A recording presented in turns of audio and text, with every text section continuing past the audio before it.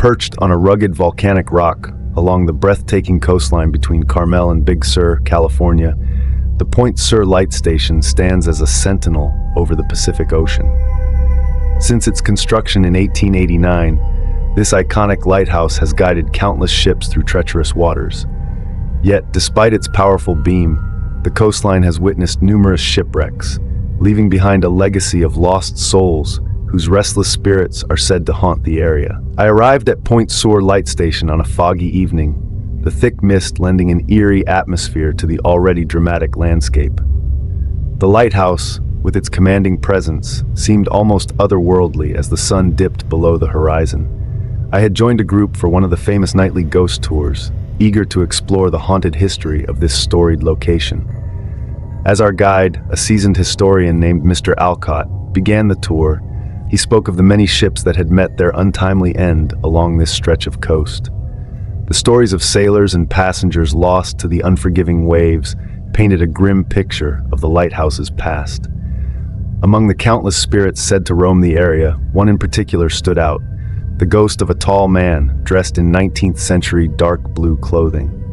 "We call him the Keeper," Mr. Alcott explained as we made our way up the steep path leading to the lighthouse tower.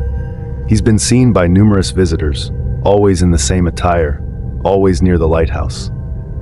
As we reached the top, the lighthouse loomed above us, its light slicing through the fog. The group gathered at the base of the tower, listening intently as Mr. Alcott recounted tales of ghostly encounters. Visitors had reported seeing the Keeper both inside and outside the tower, his presence marked by an overwhelming sense of sadness and longing. The tour continued into the lighthouse itself, the interior preserved to reflect its 19th century origins. The air inside was cool and damp, the silence punctuated only by the creaking of the old wooden floors. We climbed the spiral staircase to the lantern room, where the Keeper was said to be seen most frequently. As we reached the top, the group fell silent, each of us lost in our own thoughts. The lantern room was dimly lit, the powerful beam casting long shadows across the walls. I felt a chill in the air, an unshakable sense of being watched.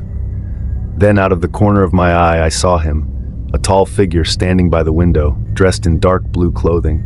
His face was pale, his eyes filled with a sorrow that seemed to reach across the ages. He turned to look at me, and for a moment our eyes locked. I felt a wave of sadness wash over me, as if I was witnessing the pain and loss of countless lives. The Keeper raised his hand as if to gesture toward the ocean, then slowly faded away, leaving me breathless and trembling. I glanced around to see if anyone else had witnessed the apparition, but the rest of the group seemed unaware, still listening to Mr. Alcott's stories. As we descended the stairs, I recounted my experience to Mr. Alcott. He nodded knowingly. "Many have seen him," he said. "He appears to those who are open to his presence, those who can feel the weight of the past." The tour concluded with a walk along the rocky shore, where the remains of shipwrecks still lingered, a testament to the perils of the sea. The Keeper's presence seemed to follow me, a silent reminder of the lighthouse's haunted history.